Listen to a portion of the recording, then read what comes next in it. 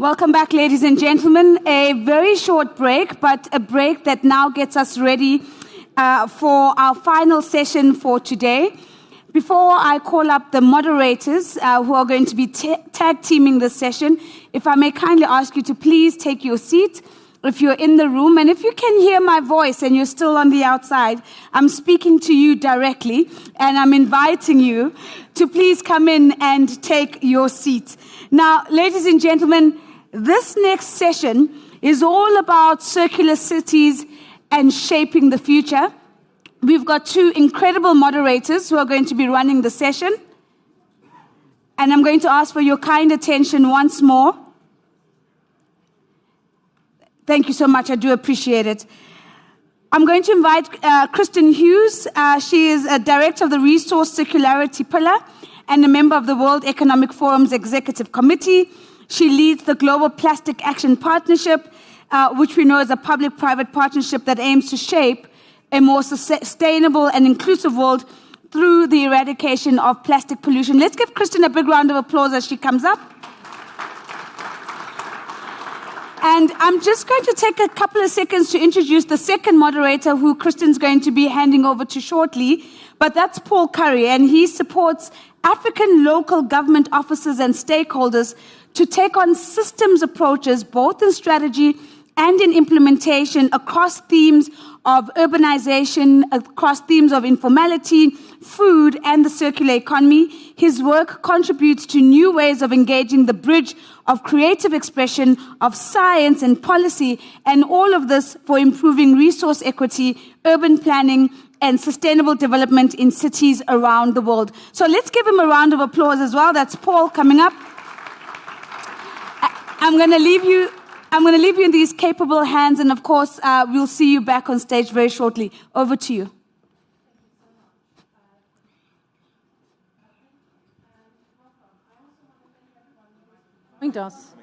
Is it not coming through?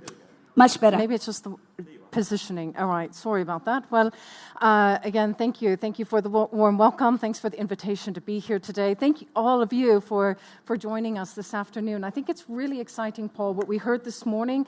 I heard so much resilience in this room. I heard this big word around adaptation, especially in times like these where we're really facing so many headwinds. Right, there are tension points, geopolitics, and yet there's so much enthusiasm. We're seeing innovation, entrepreneurial ideas came out this morning, and of course all that energy through the opening dance as well. Now we're going to get into something a little bit more around what cities are doing to really embed circular practices.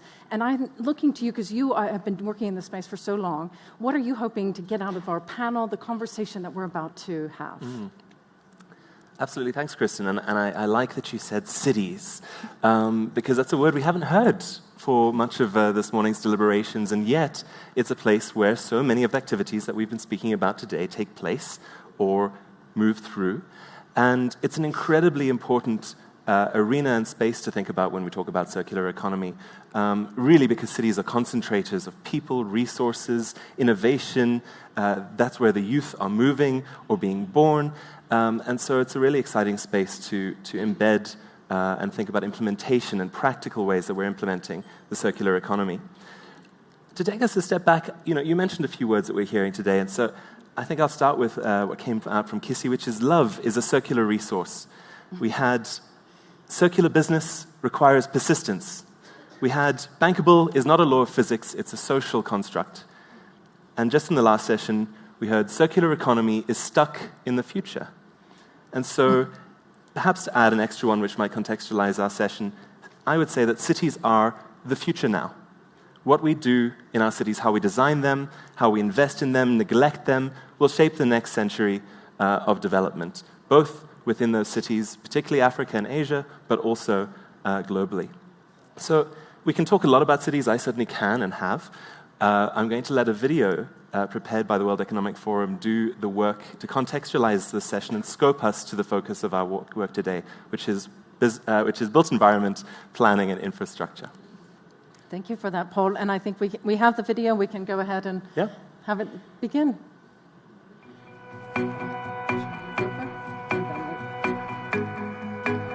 Just so they can see that screen.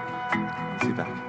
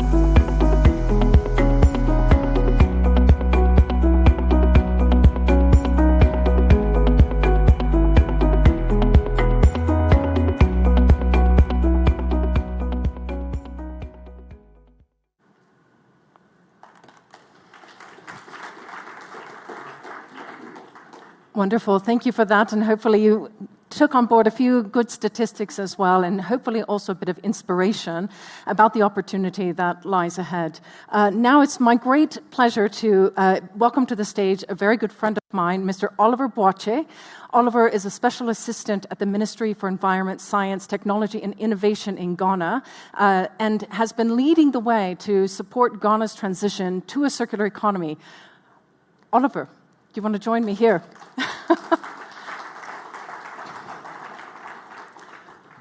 We'll start. I'll ask Oliver a few questions, and then I believe we will be bringing Vivian Heinen in from the Netherlands virtually.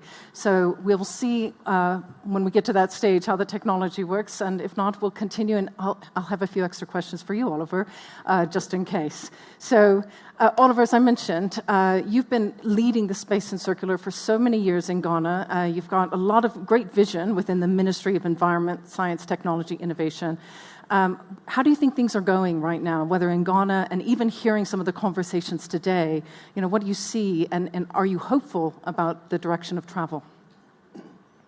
Well, thank you very much, Christine. For a start, I would like to thank the organizers of the World Circular Economy Forum for inviting me to participate and speak at this great event.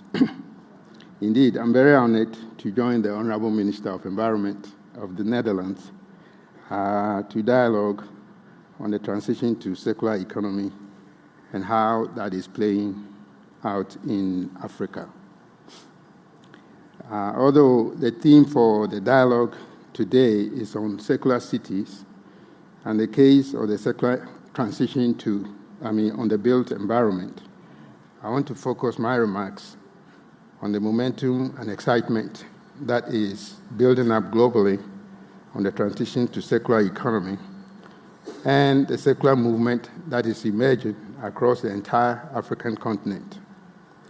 I'm very excited about it because I believe this is the opportunity for Africa to overcome many of the economic and social challenges that confront the continent and its people.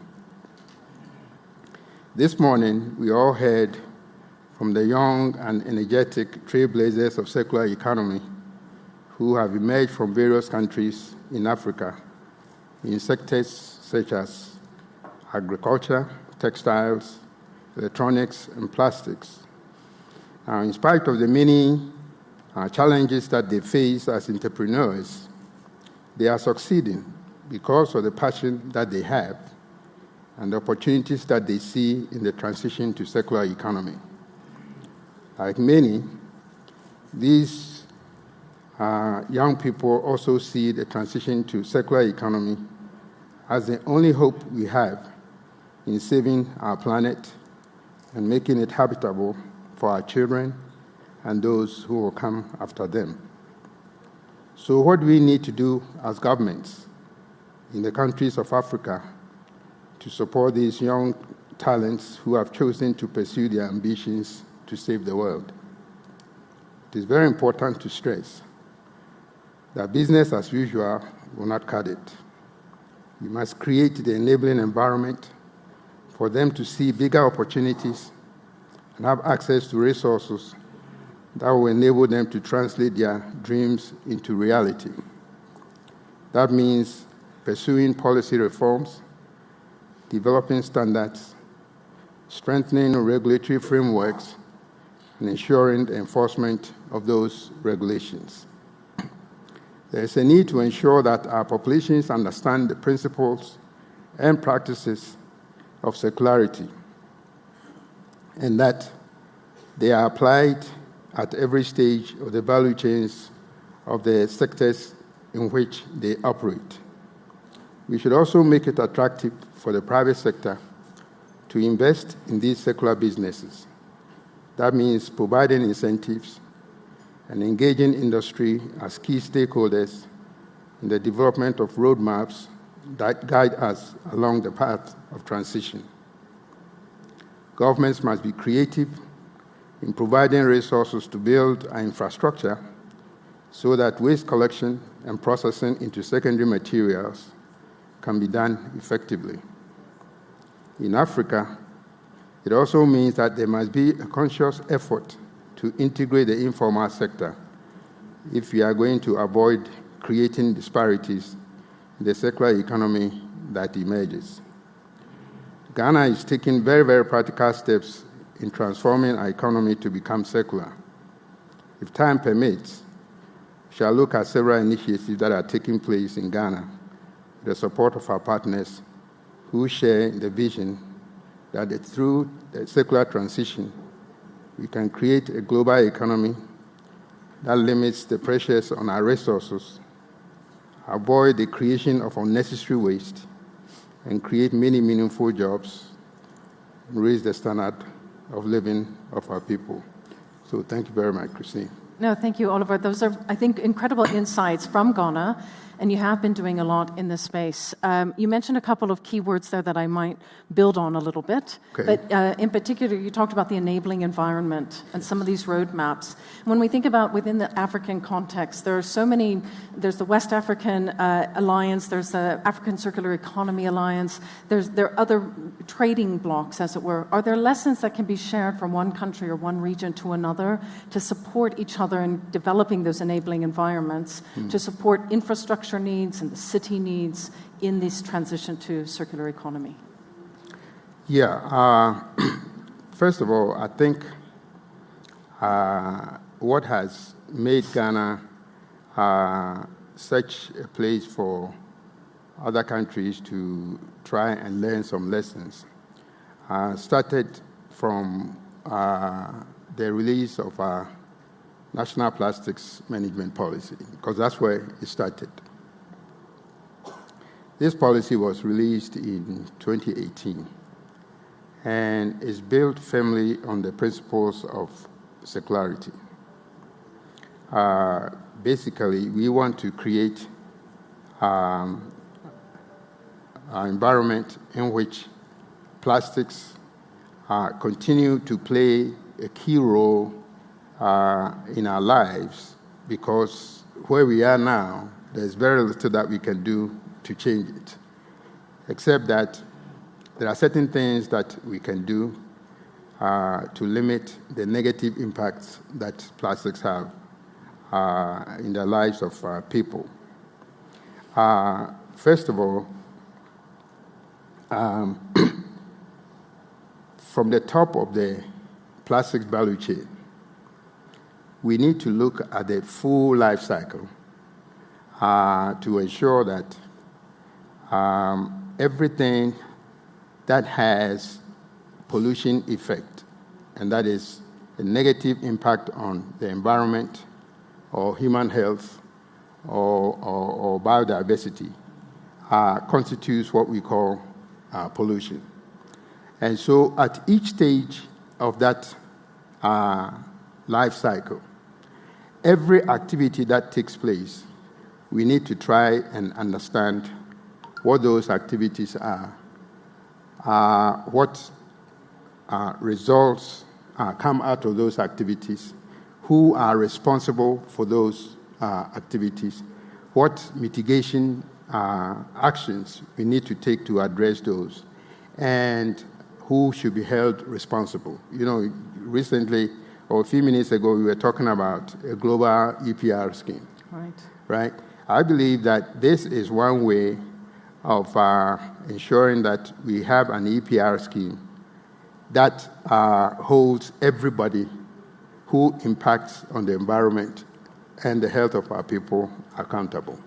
And so if we are able to do this analysis from the top of the value chain to the bottom, we are going to know who to contribute to a fund that will be used globally to address the menace of plastics. That's number one. I also mentioned the fact that at each stage, we need to apply these principles. Now, what that means is that we need to have an enforcement regime that ensures that at each stage, if you are producing, if you are distributing, if you are consuming, you know what circularity means at that stage, and that you are adhering to that. And the enforcement regimes must be able to ensure that this is being done. If you are a consumer, you need to also understand that you have a very key role to play, because, in most places in the West, North America and others, this might not be a big challenge, but in Africa, it is, because our understanding of the handling of plastics, for example, is not the same as in other places. And we also lack the infrastructure for the proper collection, transportation, sorting, and storage of materials and stuff. And so we need to also build infrastructure, to ensure that we're able to do these collections. Then we need to educate our people, let them understand this, and we need to integrate the informal sector, because in most of these African countries, a very, very large percentage of the actors within the value chain are in the informal sector. In Ghana, for example, about 70% of the actors in the value chain, are in the informal sector. And it might interest you to know that those plastics that cause the most problems are not those that are imported from outside, but those that are produced within the informal sector in places that nobody even knows about. And so we need to be able to identify all these actors and then hold them accountable for the things that we are doing. And that is what we are doing in Ghana. First of all, we are developing a circular economy framework, starting with plastics, and which we believe will be adaptable to the other materials. We are also establishing a center of excellence for circular economy in general, with the support of our partners in Canada and other places. And new initiatives are also emerging where other materials like food and beverage, textiles and other things are all emerging as new opportunities in Ghana. And this framework is going to ensure that all these different material resources are accounted for within the circular economy framework that we are building. Thank you for that, Oliver. I think actually what you have identified that is really important for all of us to take on board here, whether it's plastics, textiles, electronics, there's no silver bullet, there's no single actor who actually can make the change happen. We all have a role. Exactly. So you need to really understand that entire value chain and then create systems change to bring about the circular economy transition. Thank you for that. I'm going to see if Minister Heinen is able to join us. She is. Hello, Vivian. Hello, Minister. Hello, it's been a few weeks since I saw you last in Egypt. Lovely to see you. Thank you for joining us. I'm not quite sure where I should look whilst I'm questioning you, so I'll look at the audience. I was just sitting here talking to Oliver Boache from Ghana. I know you in the Netherlands have a great relationship with Ghana, and I'm here with a room full of circular economy experts. And they're looking to you to help us understand, what do you think the future is looking like in our transition to circular economy? And are there insights? I think we all look to the Netherlands as a leader in circular economy, and we'd love to hear your thoughts on where things stand and where we're going. Well, thank you so much, Kristen. Can you hear me? Yes. Okay, that's very good. Well, it's actually quite an honor, and a hello to Mr. Boache as well, and to all attending. I'm really sorry I can't be there in person, but I had parliamentary obligations, which made me stay in the Netherlands. But it's an honor to take part in this panel discussion on the built environment and on circular economy, of course. In the video just now, we saw how Africa can see many opportunities in the field of sustainable construction, and it was very inspiring and positive to see the video, and it really made me smile. It shows that there was growing awareness worldwide of the benefits of a circular economy, and that was also clear at COP27 in Sharm el-Sheikh, where I took part in a side event on circularity hosted by Japan and the World Economic Forum.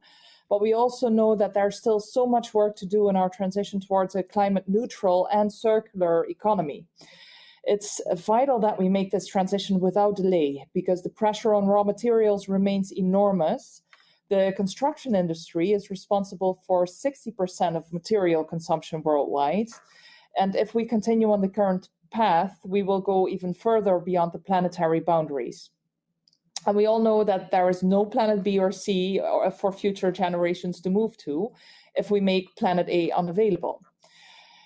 So today I want to make a case for embracing circularity. That's a fitting choice of verb, because an embrace, as sure, is circular too.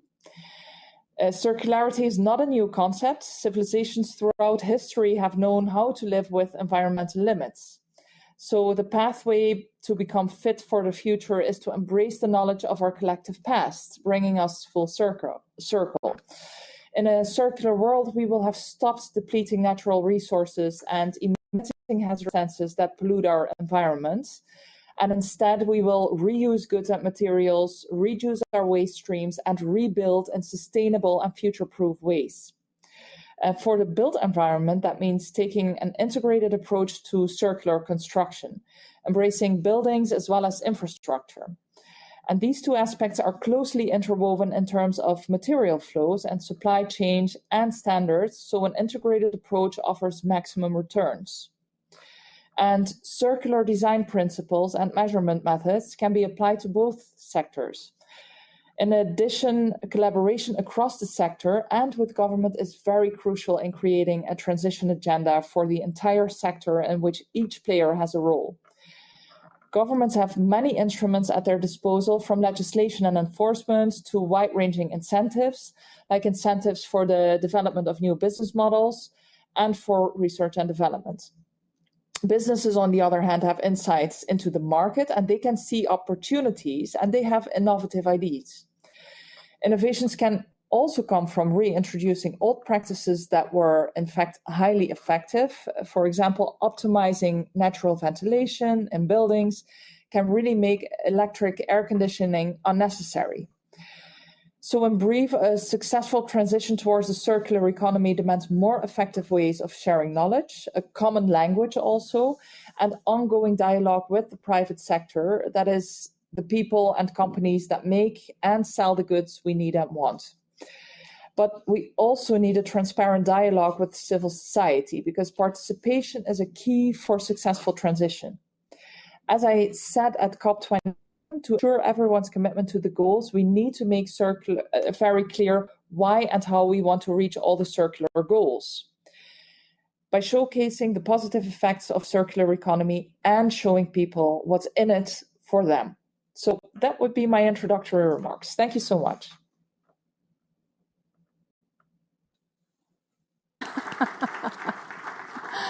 It's wonderful to hear you say some of these words, and we've heard them this morning as well around these integrated approaches, the need for innovation in circular design, and how we take that forward. Thinking, and just quickly here, we've got about 2 minutes left before our next panel to wrap up, but thinking quickly on that, Minister, what are some of the regulatory opportunities that you've seen maybe in the Netherlands that have progressed innovation to support the built environment and the infrastructure needs that support that transition to a more circular space? Yes. Well, first of all, I would like to compliment Mr. Boachi on being able to share information and to also really focus on that, because that is so extremely important. We have to learn from each other.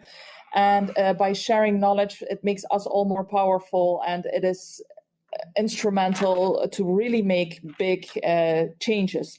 Well, if you look at the importance of what we can do as a government, we formulate a vision and goals, of course, and we enshrine these in legislation. And like other countries, we have committed ourselves to the Sustainable Development Goals. That's our common agenda for 2030. And when it comes to circularity, the Netherlands wants to be fully circular by 2050. And by 2030, we want to aim to halve the use of our raw materials. We're currently formulating goals for different product groups that includes the built environment. And it will all be laid down in legislation. And the combination of a vision and goals and legislation provides guidance for all. And secondly, the government really can act as a facilitator and convener, because we bring together all actors that are involved. It's from producers to designer groups to architects and contractors to service companies and everything in between. And only then we can really close the loop. So we set up green deals to have all these actors working in close partnerships. At a national level, we do that, but we also try to do it internationally because, as you know, the Netherlands is quite a modest country in size. So we can be very innovative and we can try to be a front runner, but the impact will be so much more instrumental if we share the knowledge that we have also built. And that's why I'm also very happy to be able to attend the World Economic Forum again next year, to be able to share with global leaders in various fields how we want to make that transition together. And finally, because that's also an important point that I would like to make, the government often also is one of the biggest customers. And we want to set an example in our buying practices. And governments can really make a big impact if they incorporate it in their own business model. And across the EU, the government procurement accounts for 14%, so 14% of GDP. So that gives us a lot of influence on the market. And we procure through purchasing groups, not only nationally, but also internationally. And you can imagine the impact of that. So that would be a couple of things that we can do as a government to really play an active role in the trend that we have to make, the systemic change, basically, that we want to make. Madam Minister, really exciting to hear you. And you talk about the Netherlands being a small country. I would actually say let's wrap up this session because you're a small country with very large impact. And I think you're setting quite a strong example for the way that many other countries could go. And the insights that you've also provided, Oliver, so thankful for because Ghana is also on that transition. So many insights, learnings, examples here from that regulatory policy side, the incentives that government can create. And then, of course, bringing the informal sector, the innovators, the youth, and the entrepreneurs. So thank you both for joining us at the beginning of this panel, and a round of applause, please. Thank you. Okay. Thank you all. And with that, I'll invite Paul back up, and we've got a second round of conversation.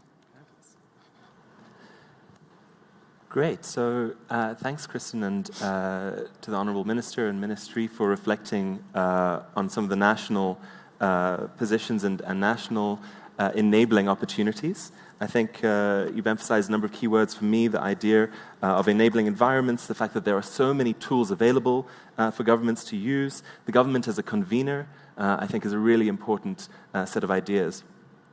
But to stick a needle in this, we often view government as a monolith, as singular, as one, when in fact there are many government departments and many levels of government, each who have different mandates and responsibilities, many of which are not actually clear when we talk about the circular economy. Whose specific role is it? How do we create better alignment across government departments and at multiple levels? So our argument at ICLEI, which is Local Governments for Sustainability, is to improve the voice of local governments in these types of fora, talking about global sustainability, regional sustainability mandates, to ensure that the voices of citizens and communities who they are quite close to get heard. So some of the priorities that we're pushing forward, why it's so important to emphasize local government as a key actor in these conversations, is that they are closer to communities in the context and are therefore often better equipped to be the key implementer. There is a lot of effort to devolve powers to local level, but they're often not met with the resources to actually follow up on those mandates. And finally, we need to work on enabling, as we've heard these words before, local governments to enable and facilitate others. So with those frames, I'd like to invite a further panel to share their insights. And these are the doers in our cities who are actually building, enabling, and creating knowledge and frameworks to guide circular economy in our cities. So they are Patricia Akinyikimoto, Chief Environment Officer for Nairobi County Government, Ntamu Kalilo, Founder and CEO of Mycotile, Vera Sheba, Director of ESG and Green Buildings at Green Design, and the Head of Africa Region for the World Green Building Council. And finally, Kristen Hughes will be doffing a new hat as an intervenant. Again, Executive Director of Resource Circularity. So I framed our panel as the people who are doing, shaping, and framing cities. We know why this is so important. I'd like to start us off with Patricia. You are a champion of local government voice in circular economy fora. I'd like to ask to what extent the principles of circular economy are being embedded in built environment and construction industries in Nairobi and Kenya broadly. Yes, thank you so much, Paul, and it's great to have this chance to share the experience from the cities, revitalizing what our countries are doing.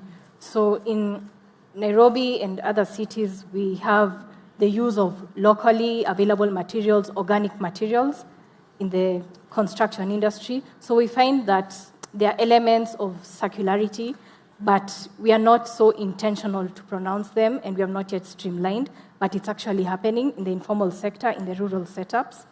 There is use of reuse of materials, especially in the informal sector, where you find from a deconstruction site, someone picks up those materials and uses them to construct another structure, mostly housing or even a business establishment. We also have use of recycled materials, but this you'll find mostly in the middle socioeconomic setup, where we have the recycling of plastics to come up with materials like cabro, tiles. We also have recycling of water, but that we find mostly in institutions and private establishments. We've also seen the buildings that have ventilation, lighting in the designs that they have, so that we reduce the use of energy. So there are considerable amount of circularity that is being done, and the issue is that we've not really come out to streamline it. We've also had repurposing of buildings or establishments. And yeah, so you asked also about the challenges that we are facing. Yeah. Challenges are inadequate data and information. In the morning session, we were told how it is, and we saw Nairobi is leading in terms of circular economy interventions, but to what extent are we doing it as a government to measure that? Most of it is seen, we see it in terms of observation, so we need to come up with ways of measuring that. We have inadequate legal framework.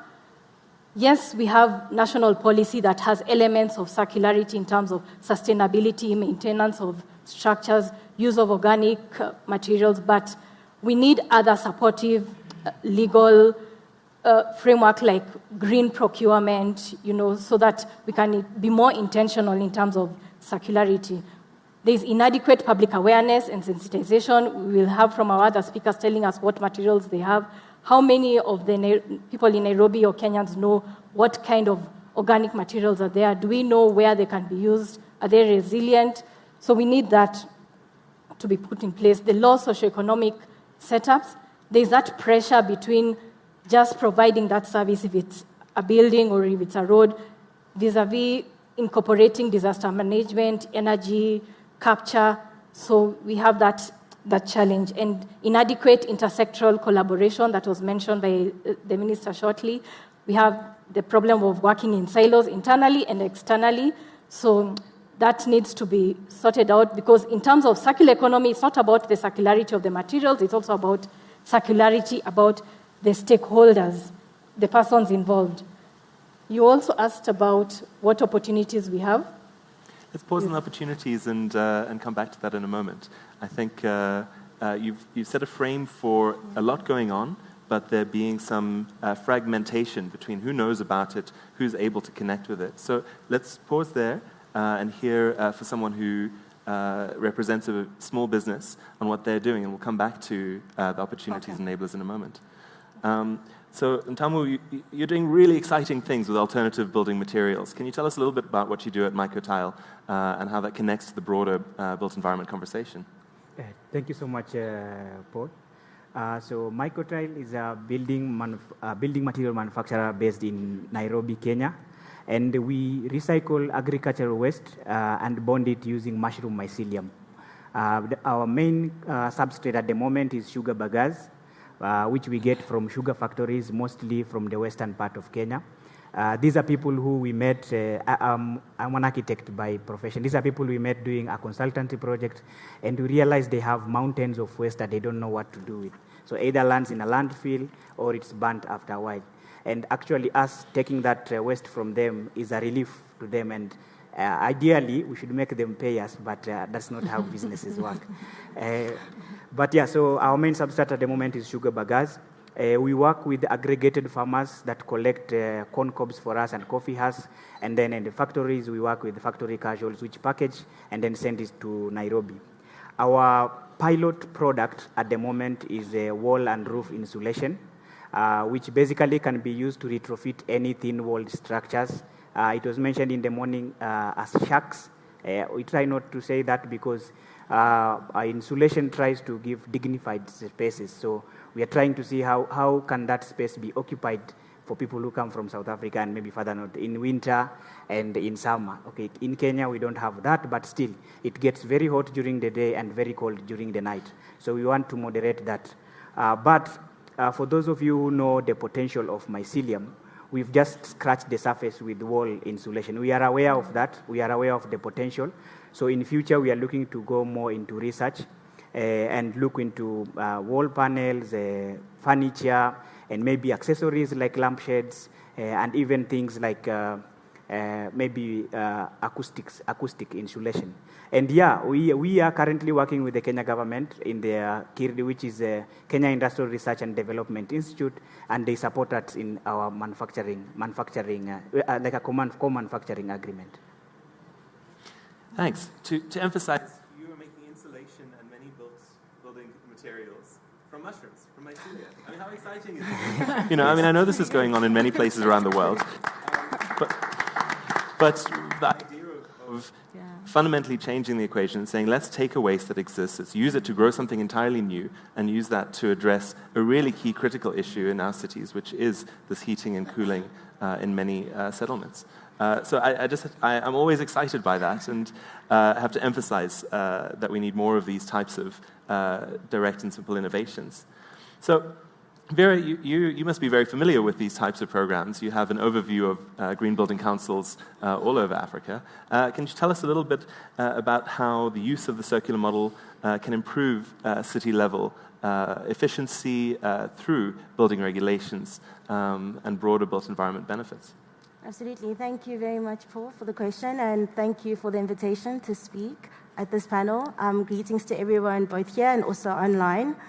So I am part of the World Green Building Council, and I sit here representing 77 green building councils across our world. I know that in the room we've got Finland Green Building Council as well as Rwanda Green Building Organization.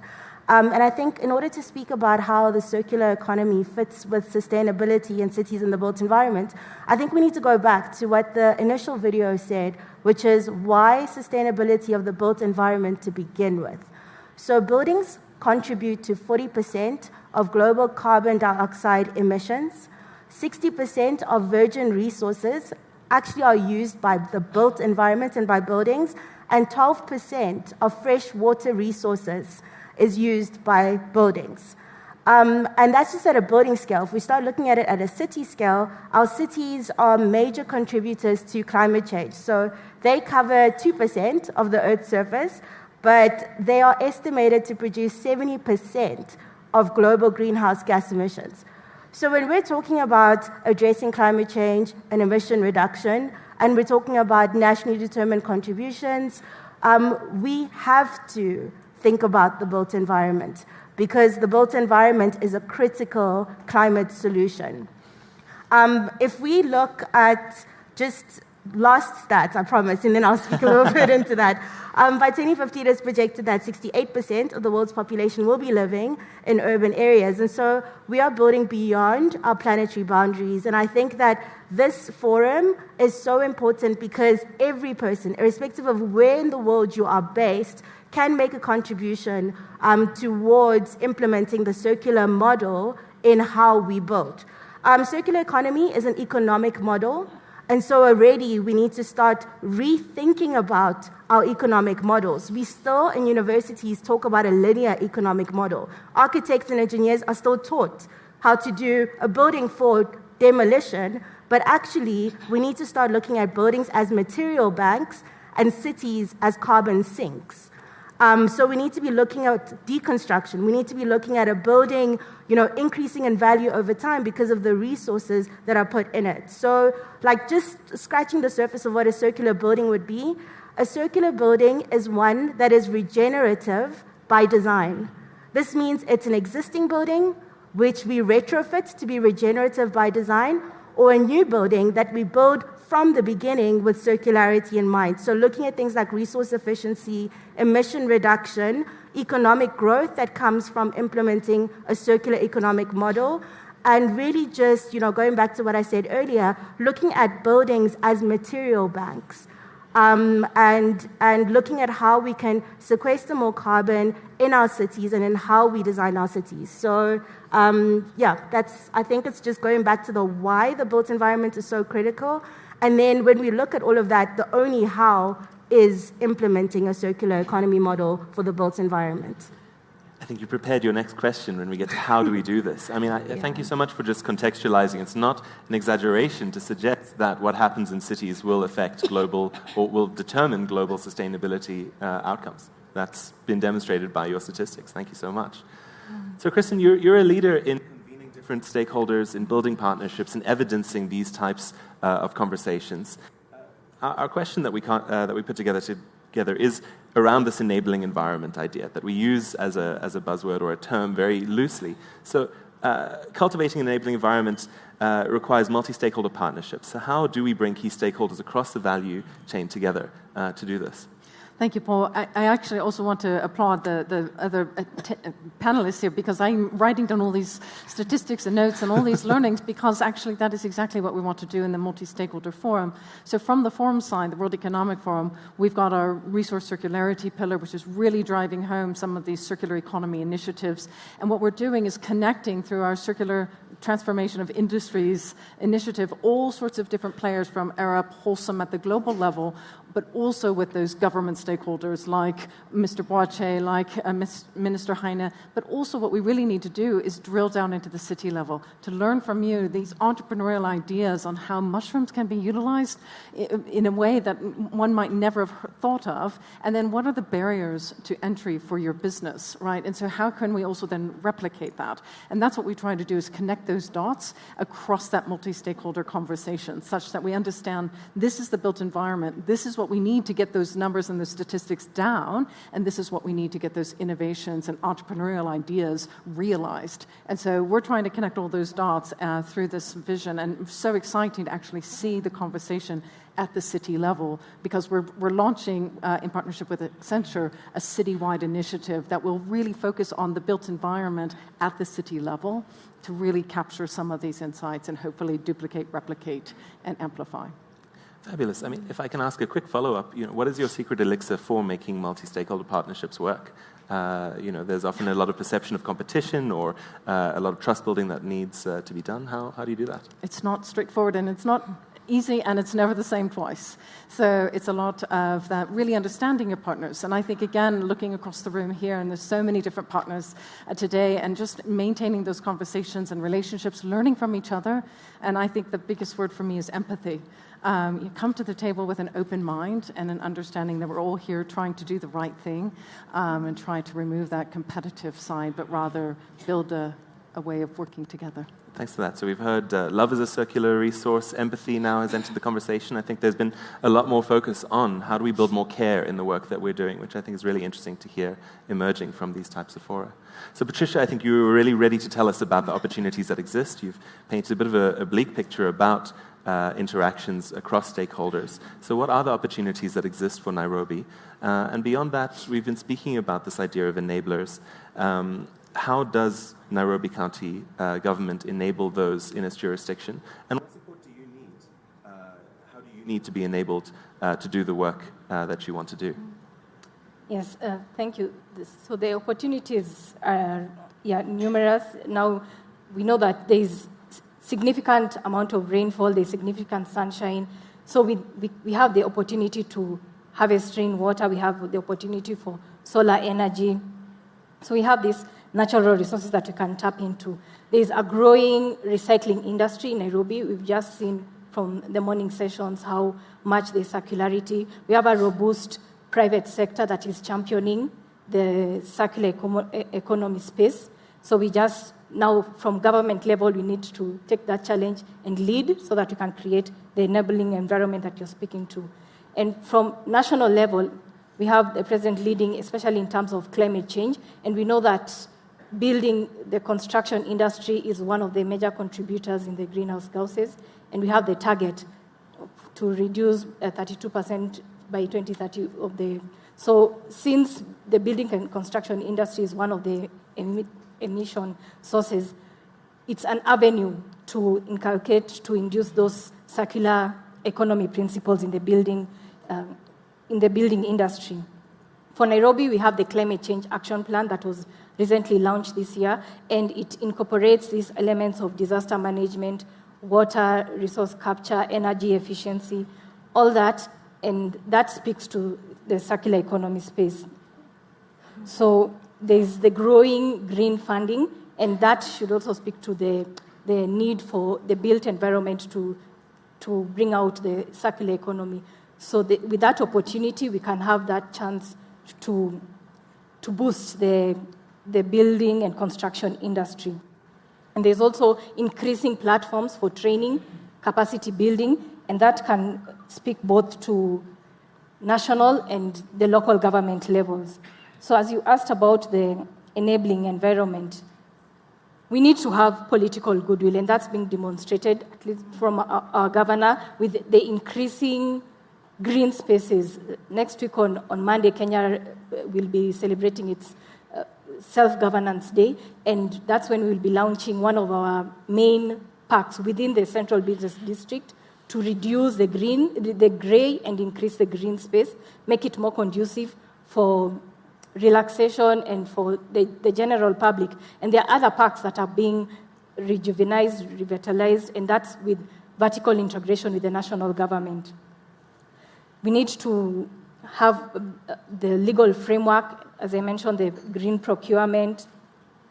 We need to be more consistent in our compliance and enforcement, and have the key challenge here is incentives and disincentives, because we put so much energy on enforcement, but we need to explore more on the incentives. Can we give green licensing or circular economy badges for those industries, those businesses that are demonstrating circularity, so that we can have more voluntary initiatives coming up? So the national government can enable the cities by supporting in terms of legal framework, because in a devolved governance system, we are guided by what the national government says, and with the political goodwill from the national government, it will trickle down to the local government. And for the political goodwill, it's not about the leader, it's all the political elite and collaborating with the executive, so that you can read from the same script, and it can increase the potential of synergy with other stakeholders. Thanks. Yes. Thanks so much. I love that, to read from the same script, and I think what you've suggested tacitly is what we've spoken about before, which is embedding circular economy actions and principles in other types of frameworks as well. So in the climate action plan, in the environmental and public spaces plans, and then also with enterprise development. So I think that's really nice to see that thinking is leading there. So Mtamu, you've framed what you do. From your experiences, how do we need to bridge the gap between the local work that you're doing and the more mainstream, broader construction industry? I think, first of all, maybe I'll start from, in the morning we heard about bankable ideas, but you can all agree a 93 billion economy is bankable. So there is opportunity here, whether it's people who are looking at it as bankable or not. And I see a lot of, for example, in Nairobi, we have an 80% housing deficit. It's a ripe market. I think for us doing alternative building material, we see an opportunity, because it's proved now brick and mortar will probably not solve this solution. We have been doing it, and it's not there. We still have an 80% deficit. This alternative building material and maybe modularity, more circular, are going to have a much bigger impact. And in cities, we are going to probably create more housing, that the demand is already there. And we are probably going to create 5 to 8 jobs by building any one unit, or any one housing unit. If you bridge this gap 80%, you can imagine how many jobs we'll create. Because for us personally, we believe that the economy and circularity and also the economy works hand in hand. Like, it's very easy to convince somebody about an idea, especially where we are working, if they can see the economic value to it. It's very easy for me to sell a product to a person building his own house. If I tell him, if you use this insulation from wherever you are getting from, you're going to save, you're going to spend more, but if you use my product, you're going to spend less by this much. It makes more sense. Or if you use this product, it can be reused. You can reuse it at the end of this building. Or this product that we are giving you, which is alternative, is not subject to vandalism because it's completely compostable at the end of the building life. So they probably don't know what to do with it at the end of it. So I feel like alternative building material, modularity, these are ideas that can be incorporated in the growth of cities and would have a much bigger impact than if we stayed in the brick and mortar. Somebody mentioned in the morning that we cannot learn from other industrial countries that are running away from whatever was done. Maybe those industries are spaces now where we can start growing mushrooms or growing building material because they are actually the ripe spaces. They have the right environment for actually growing mushrooms. And we can easily, she mentioned about regenerative building. These are industries. If they're running away from industries, then let's convert this industry to start manufacturing or growing building materials. And like I said, mycelium or mushroom mycelium is the potential of it in the building industry is so huge, we probably have not even discovered. And like it was mentioned in the morning, it's probably a material that is embedded or stuck in the future and not necessarily in the present. Yet we're starting to live in houses that we're growing, which is quite exciting. Exactly. So cities of the future now. It's coming. Vera, I see you nodding your head quite vigorously. No more brick and mortar. Is this something you agree with? We've asked you a rather coy question as a follow-up, which is, will the circular economy really contribute to all of our dreams for sustainable and inclusive cities? Yeah. Maybe if you can reflect on a bit of what you've heard and add to that. Absolutely, and I think my reflection from this panel and also this morning and today is really that we need to get the circular economy to be implemented at scale. And I think that there are 5 ways in which we need to look at that, and that is through policy. So we're currently working with the African Union, for instance, to see net zero circular roadmaps being developed, and also regulation. So building codes in Africa were done in the 1960s. They have not been changed. That's older than a few people in this room. And I think that because of that, it means that these building codes don't talk about bio-based materials like timber, like the mycelium, like clay. And I think that every person needs to almost go back to their own government and see what does the building code say about secondary resources as well. Then I think that we need more finance.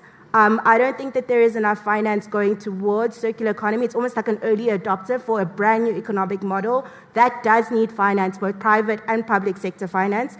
There needs to be a taxonomy. Everyone says circular economy, but it means something different for different people.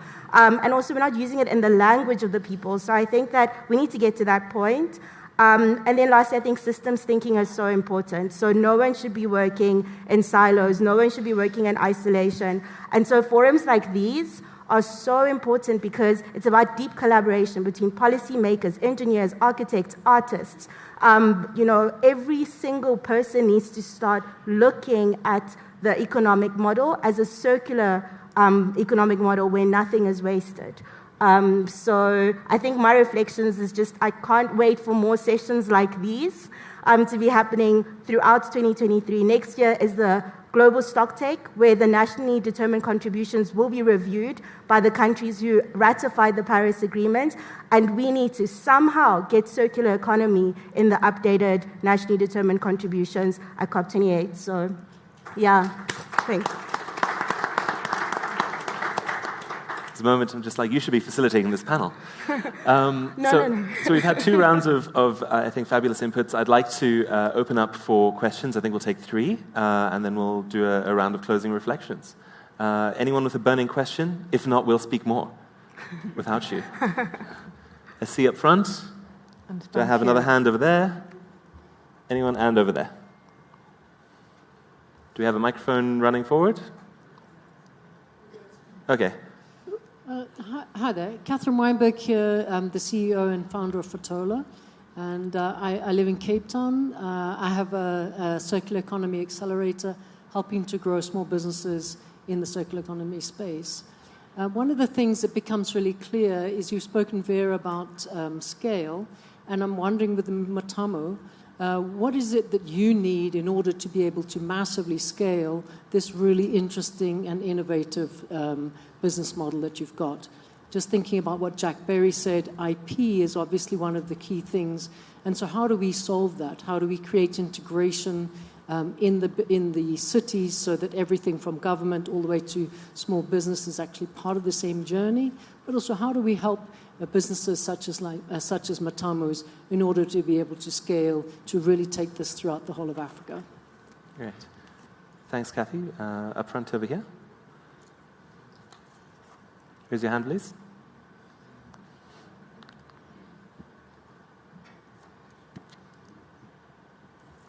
Thanks. I'm Akshay Shah from Nairobi. I'm a plastics packaging manufacturer. Our company is part of the Ellen MacArthur Foundation. We're one of the global signatories. And we're really committed to making 100% sustainable, recyclable packaging. When you talked about finding these mountains of waste that you're able to convert into mycelium for insulation, it made me realize that how many undiscovered mountains of other forms of waste are lying around that we don't yet know.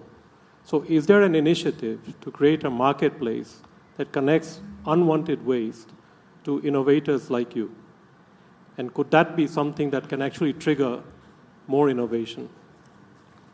Thank you. Fabulous question. And then over there, follow the hand. Thanks. Wolf Bierens, founder of Easy Housing, circular and bio-based homes in various countries of sub-Saharan Africa. I have a question for Vera, and thanks for all the contributions, by the way. One of the things that I've not been hearing in this discussion is the potential of bio-based and regenerative materials as a carbon storage, and that potential of carbon storage and also the substitution effects of avoiding the carbon emissions from the carbon-intensive building materials like cement and steel, which both account for around 8% of global emissions. Like integrating the carbon storage potential for bio-based and regenerative materials can really help to speed up the adoption in the building industry by those materials. So I'm hoping that the Green Building Councils can sort of integrate that in the frameworks. I'm wondering if that's already being developed at the moment. Thank you so much. So I think we've got our question from Tamu. What do you need and what do the Tamus of the world need from others to grow and scale? Vera, thinking about bio-based opportunities for carbon storage. Would someone like to take the one about these undiscovered mountains of waste and how we do that connection? Maybe Patricia? But I'd like to just come down the line, and if you can wrap that with a bit of a closing reflection that you'd like people to take away. Vera, are you ready? Oh, do you want me to start? Okay. Otherwise, we go with Mtamu. Are you ready? No, it's all good. Cool. I think I'll start. So I think that in terms of bio-based materials, thank you for that question for everyone, because sometimes we speak in like jargonese. So bio-based is basically just any materials that are made of natural resources like clay or timber, bamboo, all of that. So I think one of the greatest challenges with bio-based so far has really been the market uptake. And, it's really coming down to policies that don't recognize bio-based, as well as regulations and building codes. So a structural engineer is not going to specify a bio-based material because of the risk that comes with it afterwards. So I think what we need to start seeing more of is proof of concepts in different regions where a bio-based building is done, and then people learn from that and really understand what the challenges and opportunities were around bio-based. So from a World Green Building Council perspective, we're a founding partner of the Circular Building Coalition, which is funded by Loudest Foundation, run by Metabolic Circular Economy.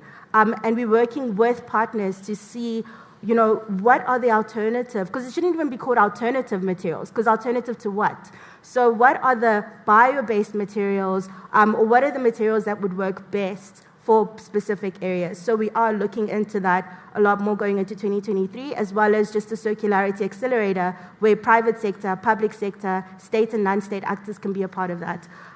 It is something that I'd love to encourage everyone to really look into a lot more, because bio-based materials do have the potential to absorb carbon, but it really comes down to policy, regulations, and just the finance and proof of concepts that would get that to start scaling at a much faster rate.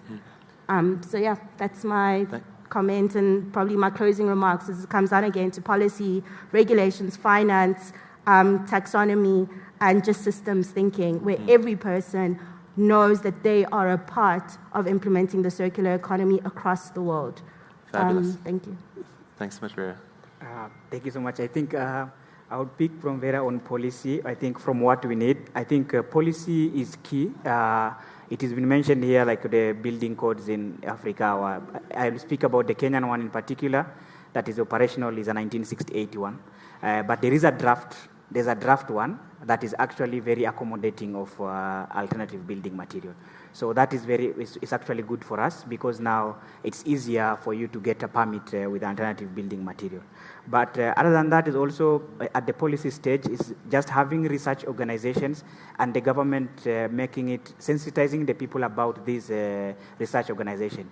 The Kenya Industrial Research and Development Institute is one of the research organizations that should be actually helping a lot of entrepreneurs like ourselves. We are working with them. I can tell you for a fact, the food industries and cosmetic is packed. The building industry, we are the only people there. We are dusting all the machinery.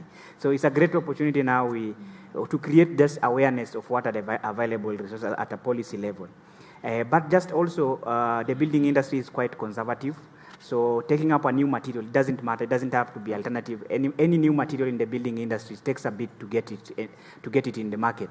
So demonstrative, we talked about demonstrative marketing. So early adopters, any NGOs, anybody who is in the circular space have to work with startups to just create demonstrative spaces. Just see the building. I think that would be great for a lot of startups. Thanks, Tamu. Yes. If I can ask for 30 seconds each as a closer. We've been given a time's up warning.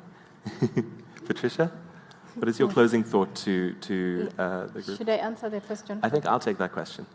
Go ahead. As a closing reflection on what you've heard today, what would you like people to take forward? Yeah, so to close, I'd say, yes, cities really need to take the lead in this process of circular economy, ensuring that there's harmonization in terms of horizontal and vertical integration, so that just because the cities are the center of operation, the national government has its space in guidance and working together and in collaboration with other stakeholders, so that we can, as I said, read from the same script and operate in that circular economy space. Yes, thank you.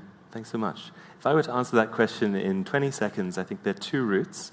There are really interesting small businesses that are developing apps that allow the identification of waste, and businesses can come on board to offer their wastes for inputs. And then another one is the creation of special purpose vehicles, either by government or an industry coalition, whose job is to do the trust building without wearing the scary hat of government or otherwise. So, Kristen, a closing reflection on a wealth of ideas here, and then I'll wrap us up. Really a wealth of ideas, really quite rich. And I would say what I really like about the conversation is that it is at that city municipal level. And we often talk about national regulatory and national policies, but really so much of circular economy will only be embedded through city level engagements. And so it's so fantastic to hear these ideas. Some of the big ideas that came to me, and I think probably many in the room will know this, but in order for us to get there to that next step, we need disruption. We need disruptors, much like what you were doing, which is so fantastic. And then we need to find ways to help you scale. So identify the enablers as well as the barriers through the policies and regulatory areas, and then also the finance that can actually help them to enable and bring that to life. Fabulous. So thank you for wrapping us up. It remains to me to thank the co-organizers of the session, World Economic Forum, ICLEI, Finnish Innovation Fund Citra, Ellen MacArthur Foundation, the Government of the Netherlands, and the African Circular Economy Network. I'd like to invite a round of applause to our panelists, both the first and second. And then, while I'm getting the stink eye from Nazipo, she mentioned that in in some of my work, we really want to bring more of the creative points to these conversations, and we weren't able to invite a poet, but I have a poem, a short one, from our Rise Africa Action Festival, Mutle Motibe's Moving Light, to close us off. Cities are the endocrine system of a body of land, reflecting the behavior of the inner emotions matted out by each healthy gland. We humans are cells powering a circuitry of the oldest piece of technology, a body of work reflected in the cosmos as sacred geometry. Tell our descendants we combed through the wisdom of the old to pave the future. Tell the unborn that we planted hope in the soil for them to reap our faith. And tell them we manifested this reality so they can live better lives. Thank you, everyone. Enjoy the rest of the day. Beautiful. Thank you. Ladies and gentlemen, a big round of applause for Paul and Kristen as our moderators. What a beautiful way to wrap up the day on that poetic note. And as you were going through that poetry, I immediately thought of Ben Okri of Nigeria when he asked in the poem, will you be at the harvest? And in every line, he is challenging us to think about the actions of today because they determine what happens in the generations to come. So thank you for the seed, Paul. That was absolutely beautiful. It was really refreshing to hear and listen, Tanya, to cities, to local governments, to listen about informal sectors, to listen what small and medium-sized enterprises are doing, and again, to bring back the focus to the regulatory levers that are at our disposal. I do want to make a quick comment about the accelerator sessions, again, that are so closely aligned with what we've just heard. There's a session on the built environment also taking place on Thursday. There's a session that also looks at how do we bridge and bring closer African and Nordic countries as they look to circular solutions together. And there's just so much more. So I really hope that you are keeping track of those accelerator sessions and making sure that your voice is counted in the room. And that brings us, of course, to about 10 minutes away from dinner, I think. Exactly. And I'm sure that after all that we've experienced and had the pleasure of hearing to today, we're quite hungry. And that gives me the honor to invite you all to this evening's festivities. So as you exit here in roughly about 10 minutes, we're going to have a dinner and entertainment and maybe something else, which I can't divulge more. But what we'd like to do is welcome you. So as you exit, you will see wonderful WCEF people in white T-shirts with a yellow badge or yellow circle, and they will guide you over to the Malaika Garden, where you'll be able to continue the evening. And also, before we continue, for tomorrow. So tomorrow we'll be back here, and we just want to remind you, your badges, bring them back. They'll give you access into tomorrow's event as well. Yes, and let's talk a little bit about the time for tomorrow. The doors will be open from 8:30 in the morning. The first session kicks off sharply at 9:15. Let's also remember that our online audience has been absolutely spectacular. They've stayed engaged throughout the day. They've really just been so amazing. A big shout out to them, and of course a big shout out. Yes, let's do that. And a big shout out to all our studios who've really stayed plugged into the conversation. Tanya, I did see some posting on social media, not enough selfies, not enough reflections and insights, but maybe we're going to get to trend a little bit tomorrow and really up the conversation that's happening here. For now, though, remember, we only have 10 minutes, so the ball gowns and everything else, we keep those for another day, and we go straight through to dinner, and we will see you tomorrow at 8:30 if you're an early bird, but we're starting off shortly at 9:15. Thank you so much. Before we leave, actually, on the studios, we'll be seeing a preview from the studio over in Italy. So make sure that you're here on time tomorrow for the rest of the forum. So thank you. Thanks, Nozi, and thanks to everybody so much here.